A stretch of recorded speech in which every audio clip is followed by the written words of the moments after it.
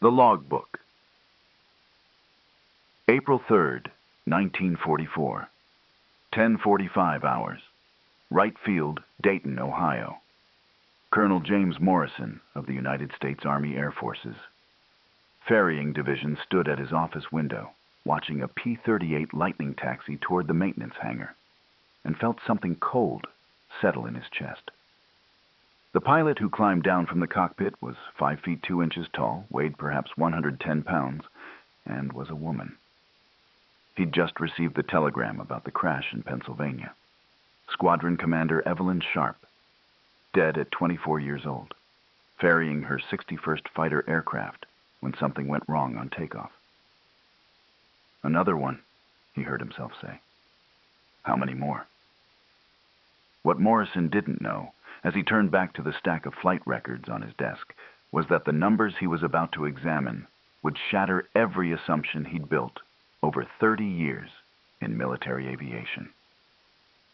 The mathematics were staggering. Morrison pulled the operational reports from the past 18 months. The women Air Force service pilots had ferried 12,650 aircraft of 77 different types across the United States. Not training planes, not obsolete equipment being shuffled to storage. First-line fighters, heavy bombers, experimental prototypes that male ferry pilots refused to fly. The women had accumulated over 60 million miles in the air. 60 million. Morrison did the calculation 3 times because he couldn't believe it. If you laid those miles end to end, they would circle the Earth 2,400 times. But it was the next statistic that made him sit down. The accident rate. He'd expected it to be catastrophic. Everyone had expected it to be catastrophic. Women pilots, they'd said. Emotional. Weak. Unable to handle heavy aircraft in bad weather. The rate should have been double the male ferry pilots. Triple, maybe. Morrison ran his finger down the column. The women's accident rate was 0.006% lower than the male pilots. Not higher. Lower. In some months, significantly lower. He checked the methodology. The numbers were solid. Over 60 million miles, and they were safer. Morrison had been flying since 1918. 26 years in cockpits, from barnstormers to bombers. He'd commanded squadrons, trained thousands of pilots, written safety protocols that the entire Air Corps used. He knew what good flying looked like. He knew what it took to ferry a B-17 from California to Montana in January. Ice forming on the wings, no navigation aids, no radio contact for hours. He knew what it meant to take up a P-38 for the first time. 3,500 horsepower under your hands, both engines rotating in the same direction so the torque tried to flip you on takeoff. He'd seen experienced combat pilots crash these aircraft. He'd attended their funerals. The Women's Auxiliary Ferrying Squadron had been formed in September of 1942. Morrison had been skeptical, but silent. The United States needed every pilot it could get. The war was devouring men faster than training could replace them. Factory production of aircraft was outpacing available ferry pilots by a ratio of 3 to 1. Planes were stacking up at factories, desperately needed at training bases and combat zones. But with no one to fly them across the country, someone, somewhere, had decided women could fill the gap. Temporarily. Until the real emergency passed. That's what everyone had assumed. Nancy Love had recruited the first pilots. Morrison remembered reading her requirements and laughing. 500 hours minimum flight time, high school diploma, age 21 to 35, commercial license with 200 horsepower rating, 3 letters of recommendation from licensed flight instructors.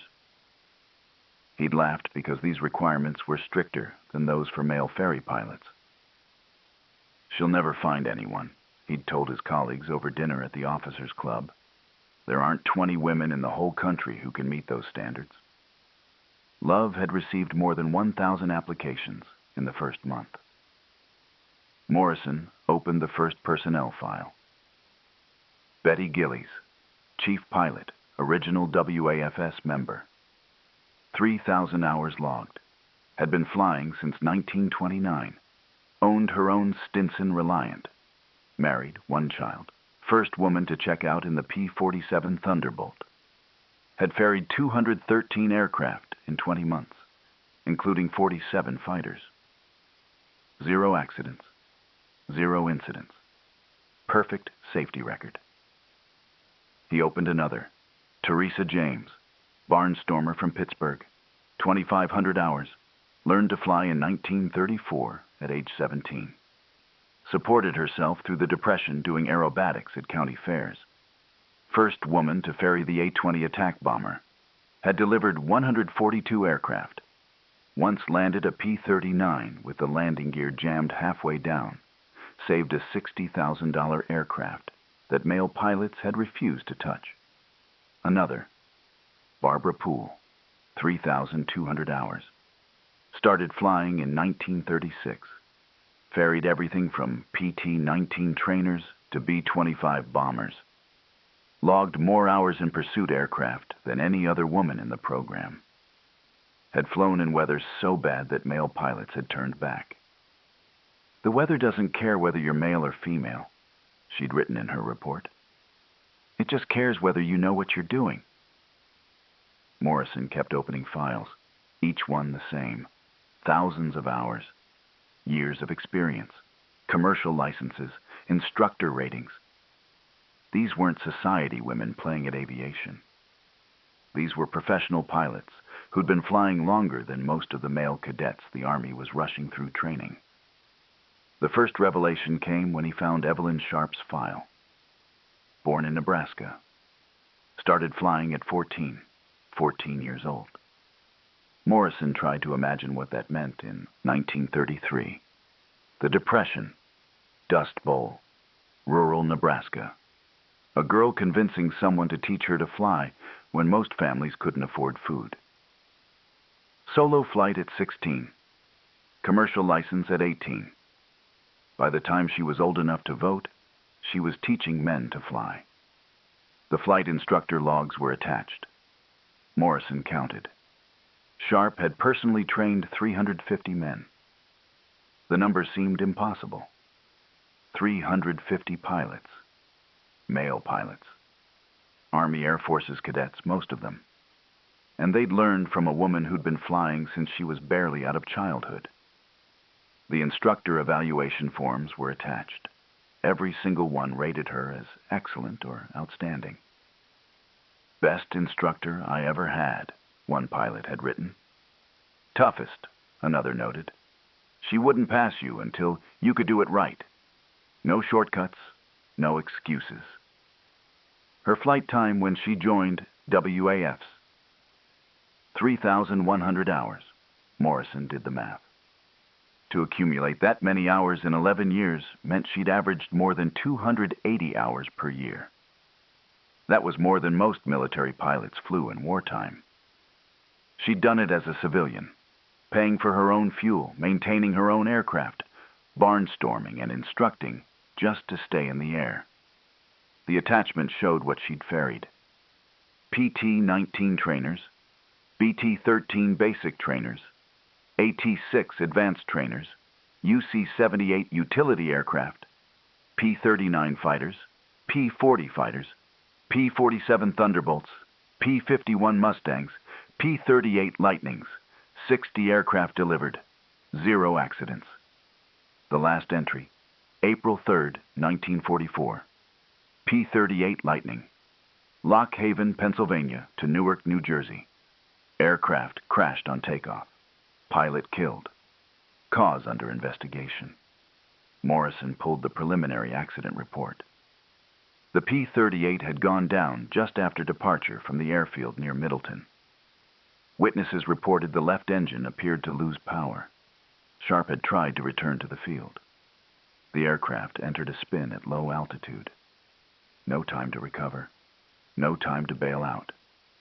The tower operator's statement was attached. I saw her fighting it all the way down. She almost had it.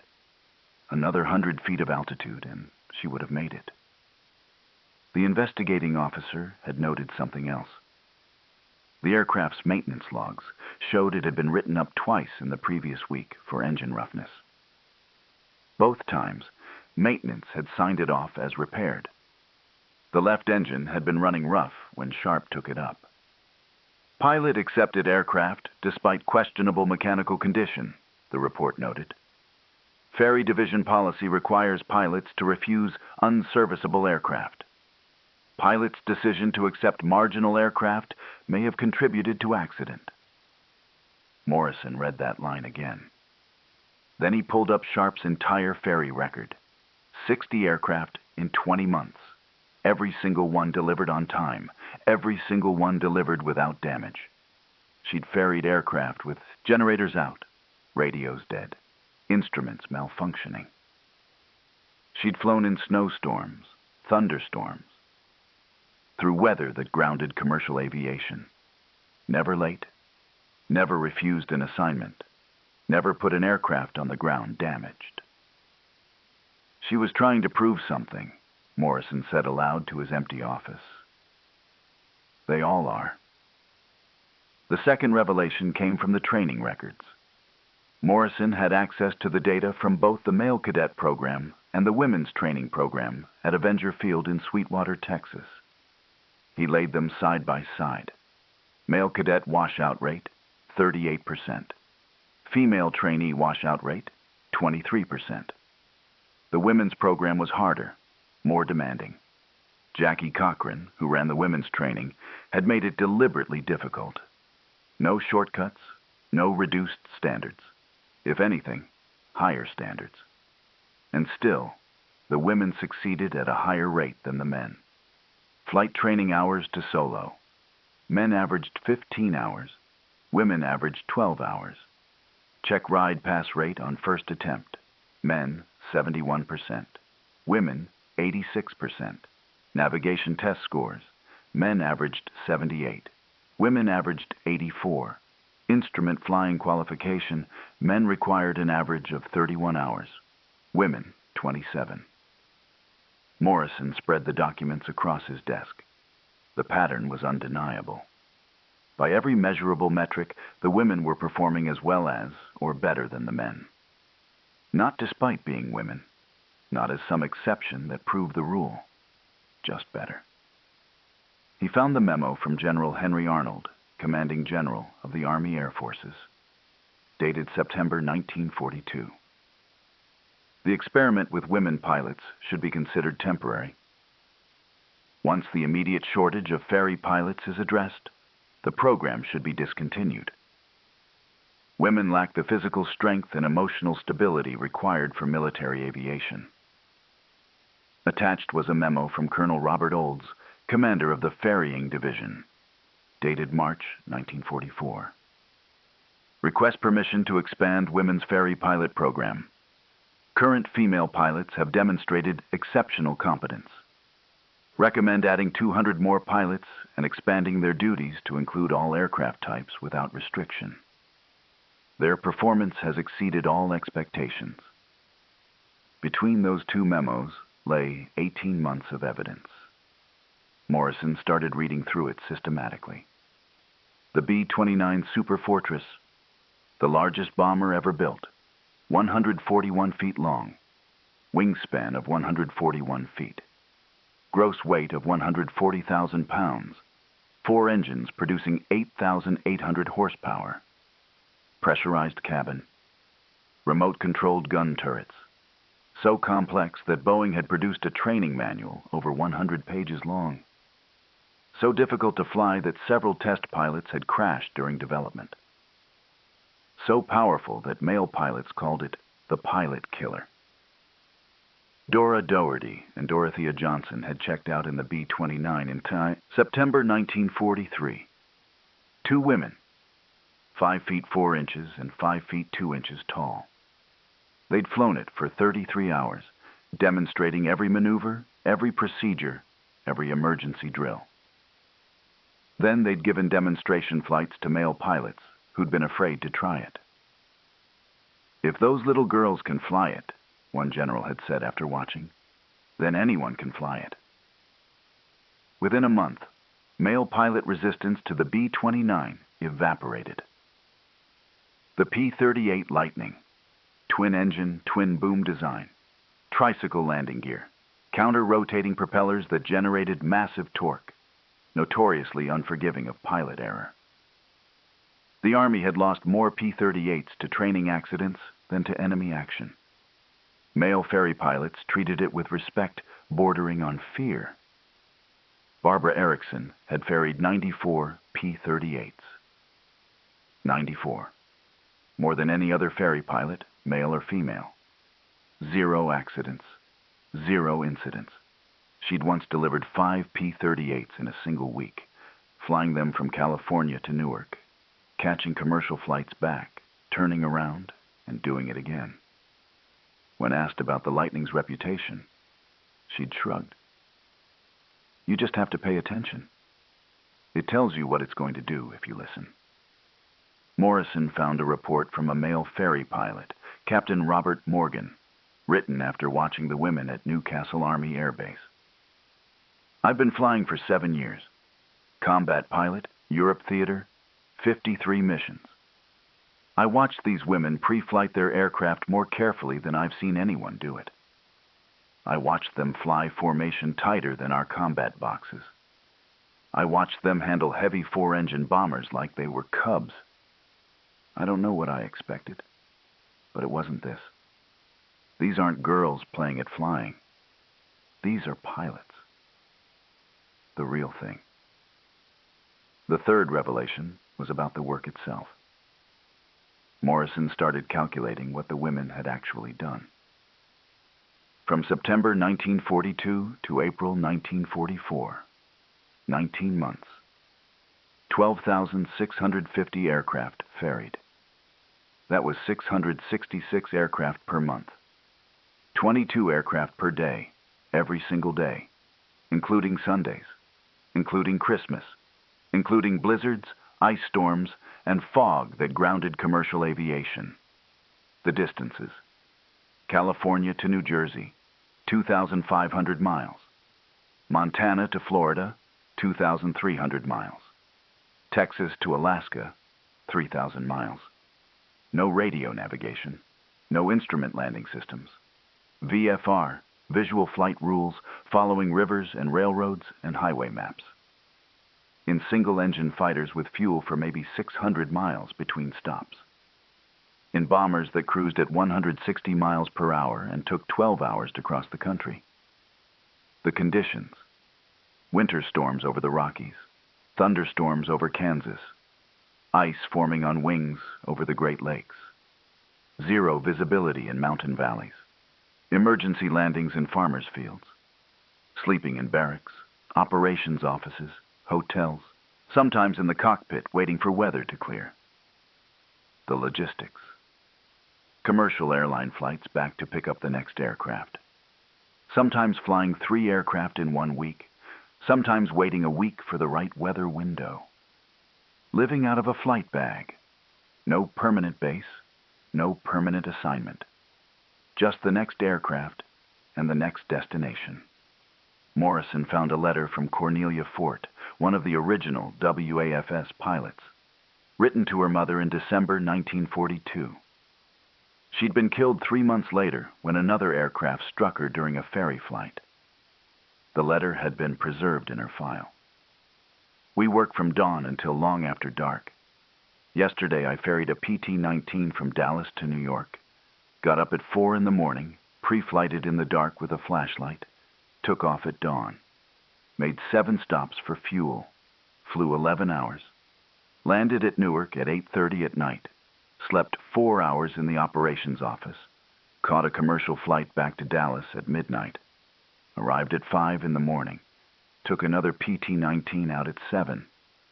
Did it again. The men can't believe we keep up this pace. Neither can I sometimes. But there's a war on, Mother. Every aircraft we ferry means a male pilot is free for combat duty. Every day we're in the air, we're shortening this war. I've never been so tired. I've never been so proud. Fort had died at 34, ferrying her 106th aircraft. A male pilot misjudged his spacing during a formation delivery flight. His landing gear struck her wing. She went down in Texas. The male pilot landed safely. The accident investigation concluded. Pilot error by Captain Williams resulted in collision. No fault attributed to Fort. Morrison read through the casualty list. 38 women dead in 21 months. 38. Training accidents, ferry accidents, mechanical failures, weather, mid-air collisions. Every cause that killed male pilots. But here was the revelation that made him close the file and walk away from his desk. The women weren't military. They were civil service.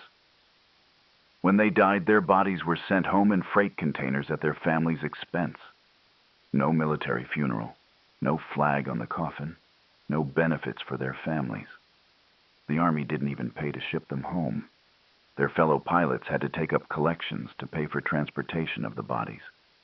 Evelyn Sharp's body would travel home to Nebraska in a wooden box, freight rate, paid for by donations from the women she'd flown with. No honor guard, no military ceremony. 24 years old, 3,000 hours in the air, 350 pilots trained, 60 military aircraft delivered, and she'd be buried like she'd been working in a factory. The fourth revelation came from the opposition files. Morrison had known there was resistance to the women pilots. He hadn't realized how organized it was. Memo from Congressman Andrew Jennings, House Military Affairs Committee, February 1944. The presence of women in military aviation is demoralizing to male pilots and disrupts unit cohesion. These positions should be filled by men. We should be training additional male pilots, not distracting them with female personnel. Letter from the Air Transport Command, Male Pilots Association, January 1944. Female pilots are taking positions that should be held by male pilots. Their presence threatens our professional status and creates unnecessary complications in military operations. Article from the American Legion magazine, March 1944. Women pilots are a publicity stunt that diverts attention from the real work of winning the war. Their emotional instability and physical limitations make them unsuitable for military aviation. Morrison cross-referenced these documents with the operational data. During the exact period when these complaints were being filed, the women had ferried 4,200 aircraft with an accident rate lower than male ferry pilots. During the exact period when critics claimed they were taking jobs from men, the ferrying division had a backlog of 800 aircraft waiting for delivery because there weren't enough male pilots to move them. He found a memo from Jackie Cochran to General Arnold, written in response to the criticism, dated February 1944. The women of the WASP have proven themselves in every measure. They fly better than many male pilots. They work harder. They complain less. They have ferried every type of aircraft in the Army Air Force's inventory without incident or complaint. They have done this while facing constant prejudice, bureaucratic obstacles, and active sabotage from those who believe women should not fly. The only experiment here is whether the Army Air Forces is willing to accept evidence over prejudice. Morrison thought about the word sabotage. He started looking for it. Newcastle Army Air Base, Delaware, November 1943. 4 P-47 Thunderbolts were prepared for ferry duty. All 4 assigned to women pilots. All 4 had sugar poured into their fuel tanks overnight. All 4 discovered during pre-flight inspection. Investigation inconclusive. No one charged. Camp Davis, North Carolina, August 1943. Women pilots training for tow target duty. Multiple aircraft experienced mechanical failures. Rudder cables found loosened. Fuel lines disconnected. Investigation found several male mechanics had sabotaged aircraft as a prank. 2 women had nearly crashed. No disciplinary action taken. Romulus Army Airfield, Michigan, January 1944. Women pilots reported harassment from male pilots and ground crew. Verbal abuse. Mechanical mistakes that made aircraft unsafe. One woman's parachute found with risers cut halfway through.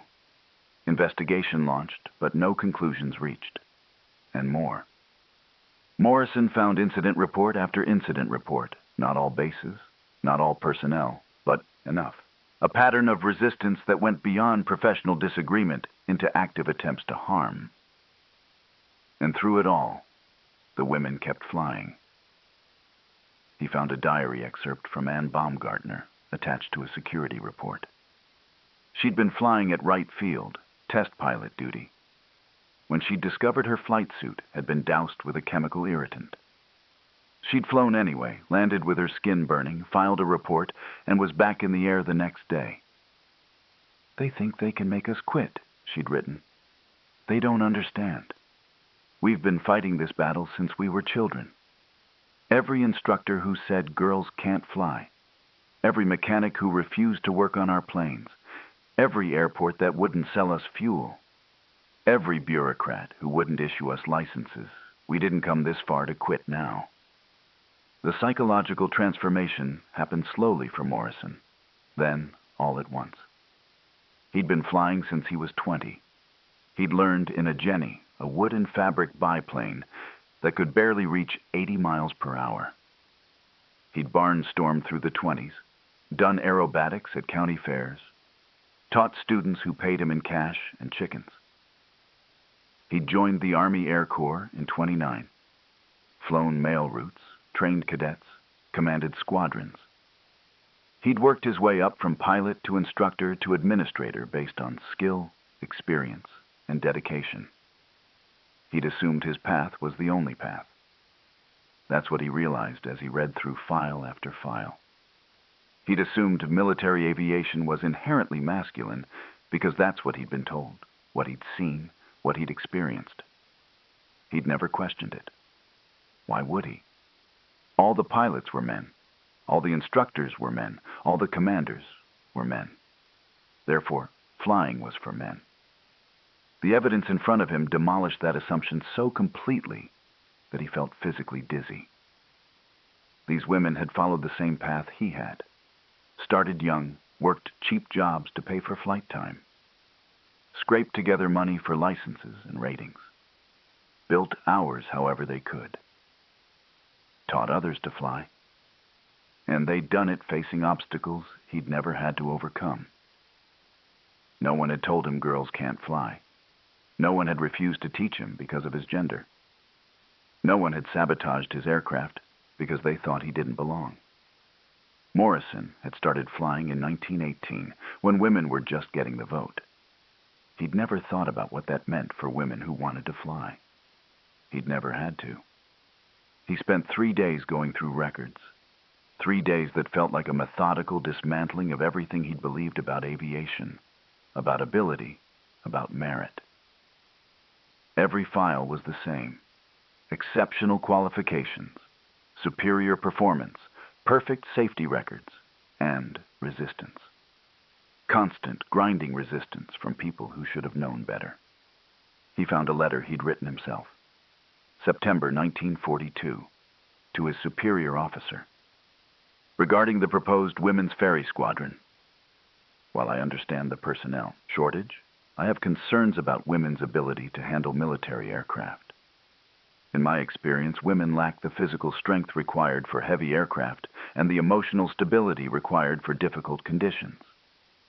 I recommend limiting their use to light training aircraft until we have sufficient evidence of their capabilities. Morrison remembered writing that letter. He'd believed every word. He'd thought he was being reasonable, careful, professional.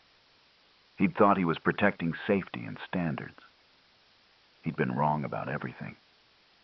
The admission came not in a moment of dramatic realization, but in a quiet acceptance that grew over those 3 days. The evidence was overwhelming. The logic was inescapable. Women could fly as well as men. No, that wasn't quite right. These women could fly as well as, or better than most men, and the only thing that had kept them out of aviation was prejudice, not their lack of ability, his lack of vision. Morrison pulled out a fresh piece of paper and started writing a letter to General Arnold. He wrote for 2 hours, revising and editing, trying to capture what he'd learned. Finally, he reduced it to 3 paragraphs.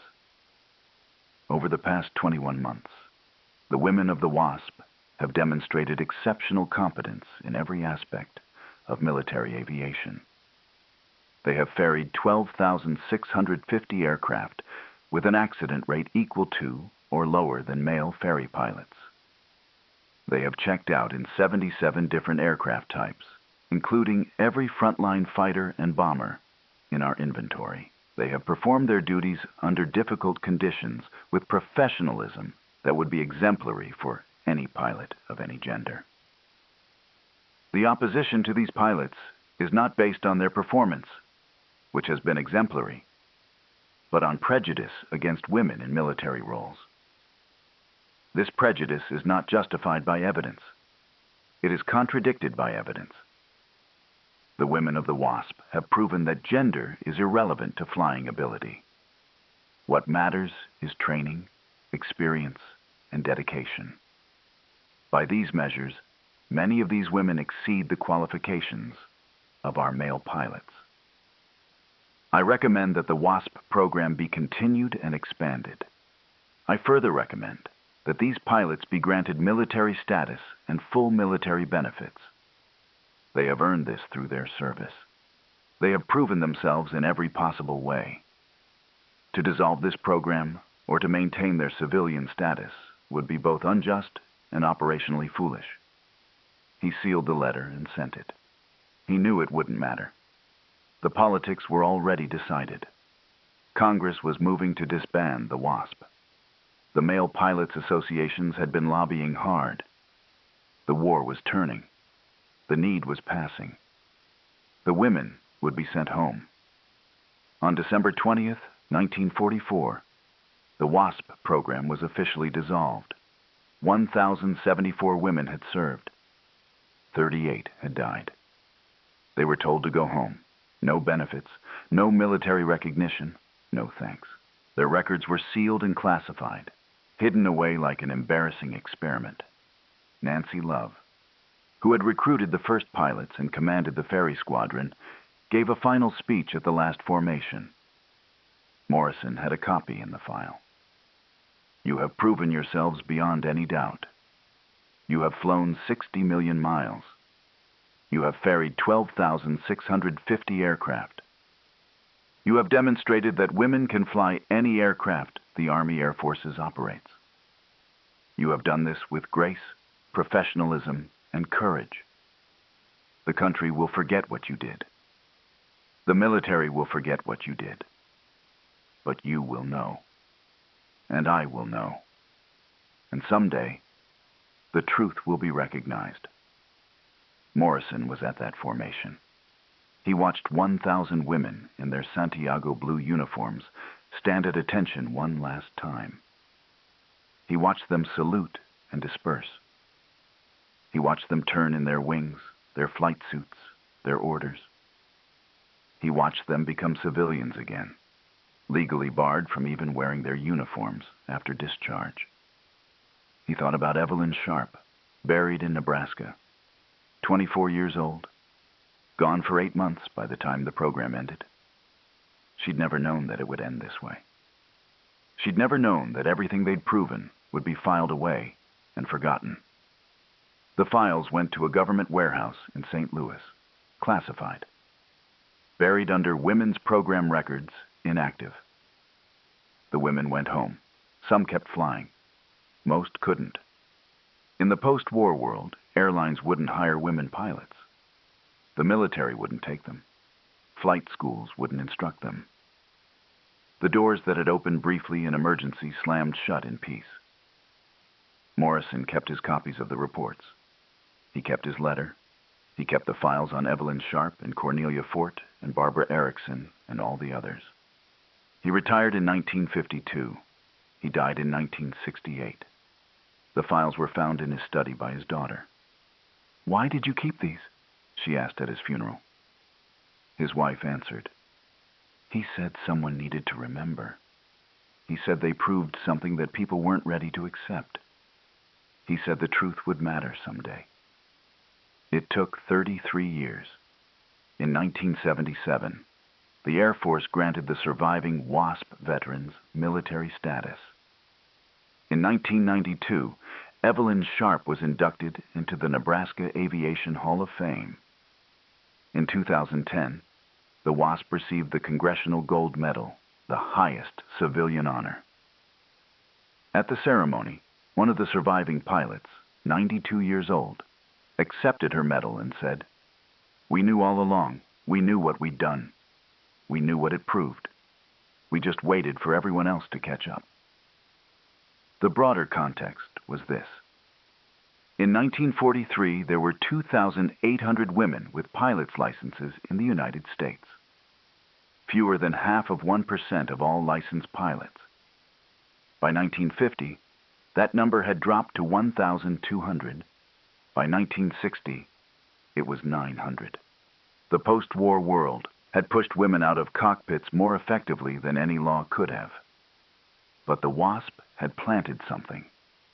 They'd proven, definitively, that women could fly military aircraft. They'd proven it so conclusively that even sealed files couldn't hide it forever. The evidence was too strong, the testimony too consistent, the statistics too clear. What Morrison discovered in those 3 days in April 1944 was what the entire military establishment would take decades to accept. Merit has no gender. Ability has no gender. Courage has no gender. The only experiment had been whether institutions would accept what the evidence proved. The final irony was this. The P-38 Lightning that killed Evelyn Sharp had been flagged for engine problems twice in the week before her flight. Both times, maintenance had cleared it. The left engine had failed exactly as the maintenance log suggested it might. Sharp had done everything right. She'd caught the failure immediately. She'd tried to return. She'd fought for control all the way down.